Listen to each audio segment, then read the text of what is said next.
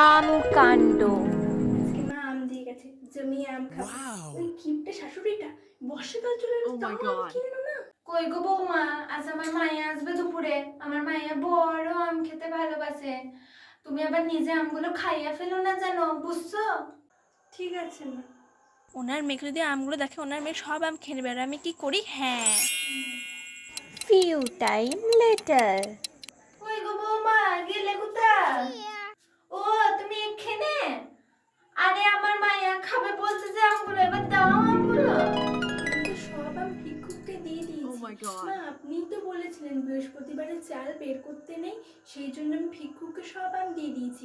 এবং ভিক্ষুকটাও বলছিল যে ওর ছেলে মেয়ের জন্য নিয়ে যাবে, সেই জন্য আমি আমগুলো দিয়ে দিয়েছি। বৌমা তুমি কি করেছো? দেবা তো দেবা, এইটুকু দাও, সব আম দিয়া দিলে। শেষ এবার আমার মাইয়া কি আম খাইবে বলো তো? তোমার পাল্লায় আমার মাইয়া আম খাইতে পারবে না। আছে শেষ তুমি কি করলে? যাই বলি গা মাইয়াকে গিয়া। টিভিটাকে কি বোকা বানালাম, যাই এবারে আমগুলো লুকিয়ে রেখে দিয়ে আসি গা।